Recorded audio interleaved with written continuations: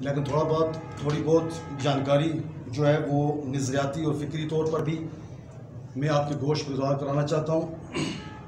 ہر خاکسار نے اپنا جذباتی طور پر اظہار کیا ہے کہ آج ہم جس کیفیت میں مبتلا ہو چکے ہیں اس کی بیسک روٹس، اس کی جو ریورس ٹیکنالوجی کیا بنتی ہے، ہم اس مقام پر اگر آپ پہنچے ہیں تو اس کے پیچھے کیا محرکات ہیں.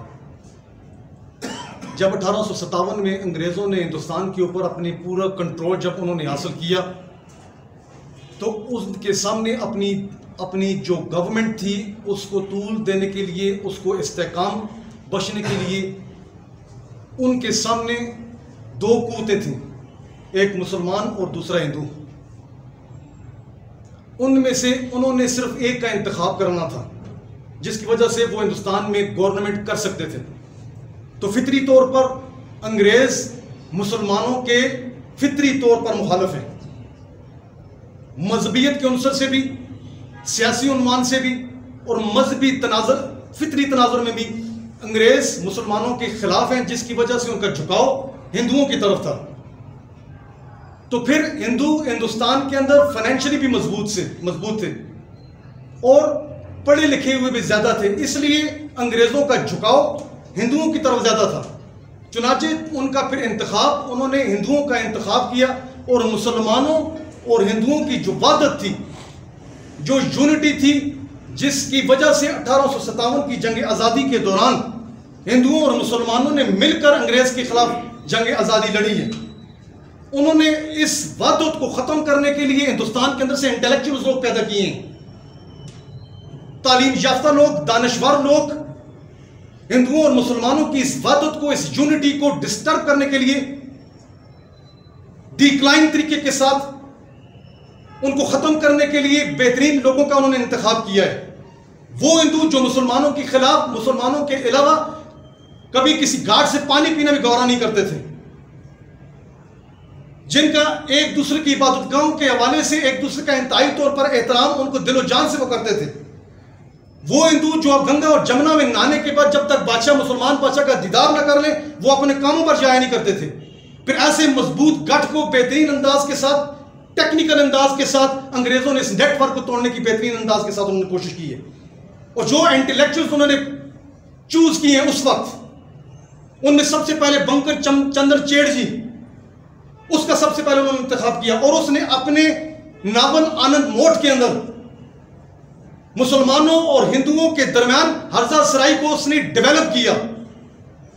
وہی بندے ماترم جو ہندو اپنا ترانہ، قومی ترانہ پڑھتے ہیں، اس میں مسلمانوں کی ہرزہ سرائی موجود ہے. پھر اس کے بعد آریہ سماج والوں نے سماج تحریک شروع کی جو بعد میں شدھی تحریک کے نام سے مشہور ہوئی، جس کو دیانند سرسوتی اس وقت لیڈ کر رہے تھے. اس نے بھی ایک مشترک تہذیب مسلمانوں اور ہندوؤں کے درمیان شروع کی تھی، یا اس کنفلکٹ کو کس طرح ختم کیا جا سکے، لیکن وہ بھی اپنے مقصد میں کامیاب نہ ہوا. لیکن ہمارے دانشور لوگ، ہمارے جو اس وقت کے پڑھے لکھے تھے، علی گڑھ یونیورسٹی کے پڑھے ہوئے لوگ، انہوں نے جلدی پر اس وقت بھی کام کیا اور مسلمانوں اور ہندوؤں کی اس وحدت کو ختم کرنے کے لیے انہوں نے کوئی بھی پیش رفت، کوئی بھی عملی طور پر انہوں نے اقدام نہیں کیا. 1890 میں سب سے پہلے عبدالعلیم شرر نے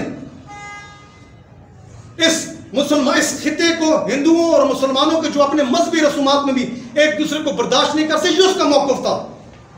اس نے سب سے پہلے ہندوؤں اور مسلمانوں کے لیے علیحدہ وطن کا تصور سب سے پہلے 1890 میں عبدالعلیم شرر نے پیش کیا.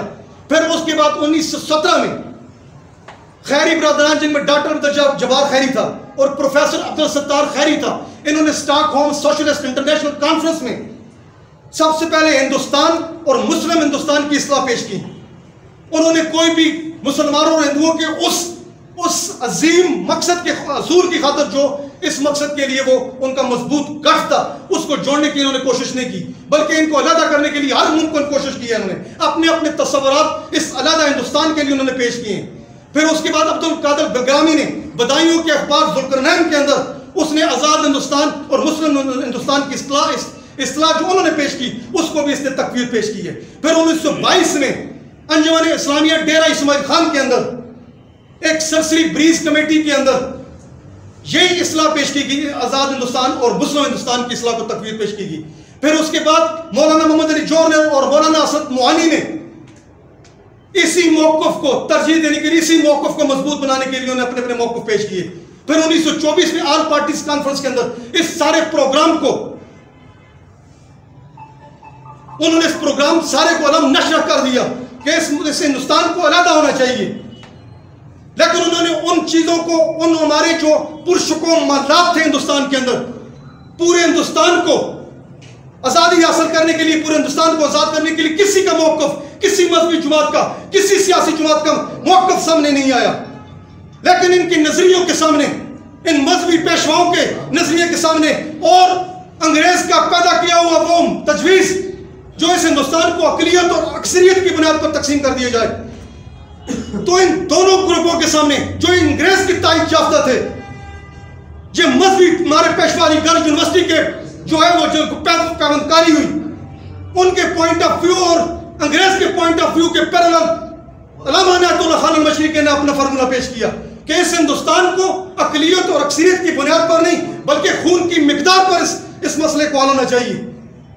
کہ اس ہندوستان کے لیے پچھلے 650 سالوں میں، پچھلے 650 سالوں میں 3.5 کروڑ مسلمانوں نے اپنی جانوں کی، اس کی عزت و ناموس کے لیے، اس کے دفاع کے لیے، اس کی عزت کے لیے اپنی جانوں کے نذرانے پیش کیے ہیں.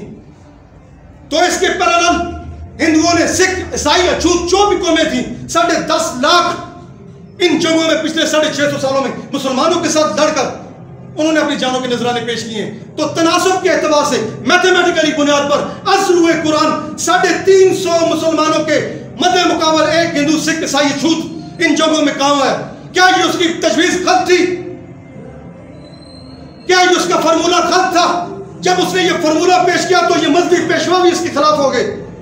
تو اس وقت سر سکندر یاد خان جو اس کا پنجاب کا منسٹر تھا، اس نے بھی اپنی منسٹری کو بچانے کے لیے علامہ عنایت اللہ خان المشرقی کے فارمولے کو پورے ہندوستان کے اندر اس پرچے کو جو مقبولیت اختیار کر چکا کیپچر کر لیا. صرف وہ ایک شخص تھا جو مشرقی نے پورے ہندوستان کو آزاد کرنے کے لیے، پورے ہندوستان کے خطے کو آزاد کرنے کے لیے اور اقامت دین کی بنیاد رکھنے کے لیے، غلبہ اسلام کے لیے اس نے اپنا موقف پیش کیا ہے. اور اسی موقف کی بنیاد پر ہم نے اس وقت بھی مشرقی کو نہیں سنا.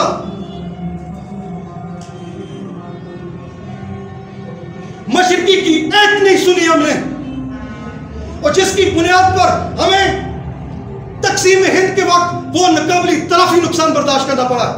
10.5 لاکھ جو رجسٹرڈ بات ہے اس کی بات کروں گا. 10.5 لاکھ مسلمانوں کا قتل عام ہوا ہے.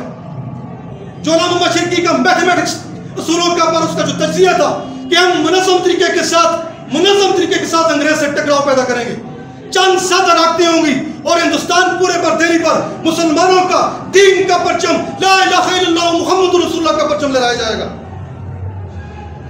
لیکن مسلمانوں نے، نہ مذہبی پیشواؤں نے، نہ دانشوروں نے اس کی ایک نہیں سنی، جس کا خمیازہ ہمیں تقسیم ہند کے وقت برداشت کرنا پڑا. 40,000 مسجدوں کو تالے لگائے گئے، 70,000 ماؤں بہنوں بیٹیوں کی عصمت دری ہوئی.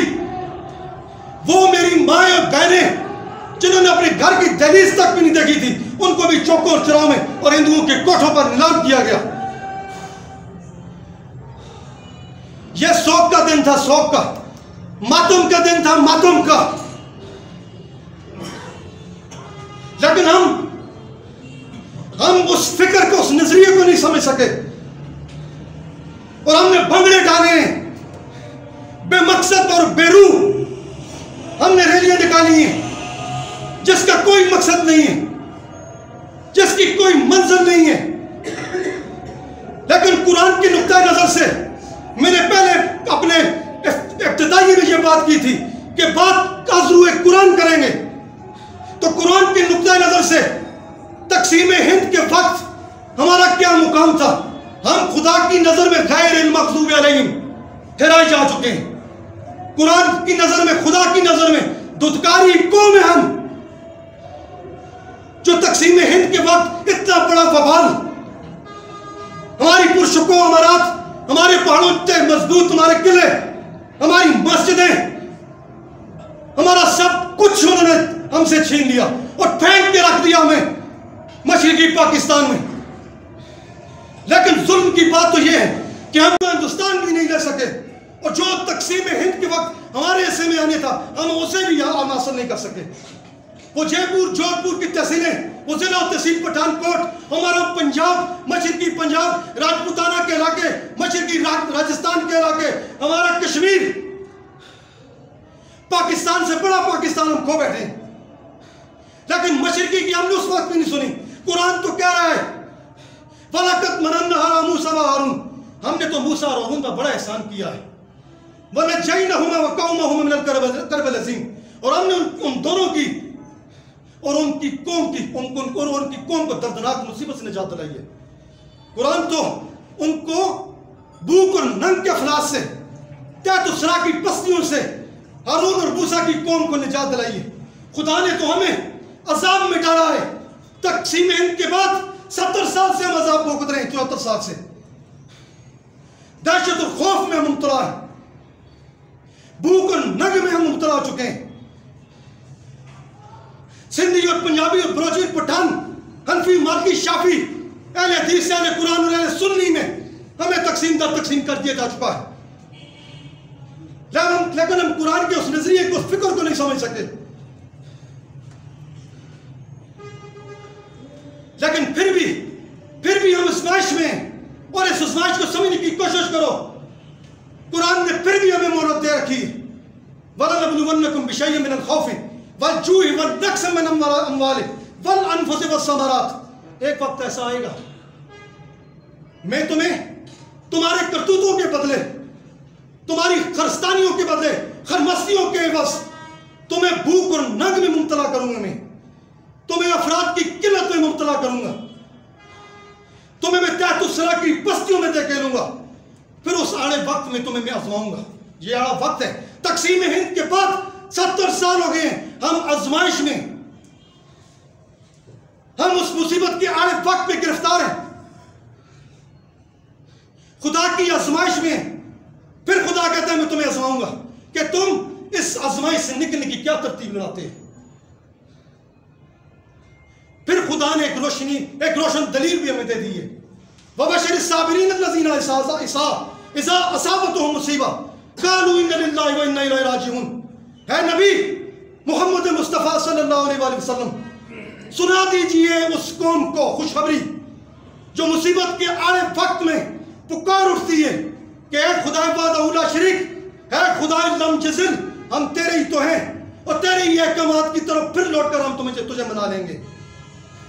جب تک تم اس لا الہ الا اللہ محمد رسول اللہ، جس نظریے، جس سوچ، جس فکر کے تحت تم نے یہ ملک حاصل کرنے کی کوشش کی ہے، جب تک اس فکر کے ساتھ، اس نظریے کے ساتھ، جس نظریے کی بنیاد پر لا الہ الا اللہ محمد رسول اللہ اس مدینے کی، اس مکے کی گھاٹیوں میں، اس فران کی چوٹیوں سے نبی علیہ السلام نے اپنے سچے ایمان والے ساتھی تیار کیے ہیں، جب تک صدق کے دل کے ساتھ، ایمان اور یقین کے ساتھ اس لا الہ الا اللہ محمد رسول اللہ کے نظریے کے ساتھ جب تک نہیں جڑو گے، پھر یاد رکھو،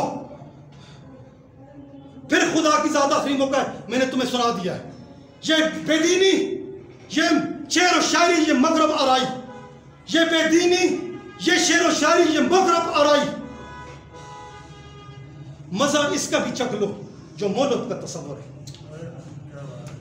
یہ بے دینی، یہ شعر و شاعری، یہ مغرب آرائی، مزہ اس کا بھی چکھ لو جو مولد کا تصور ہے۔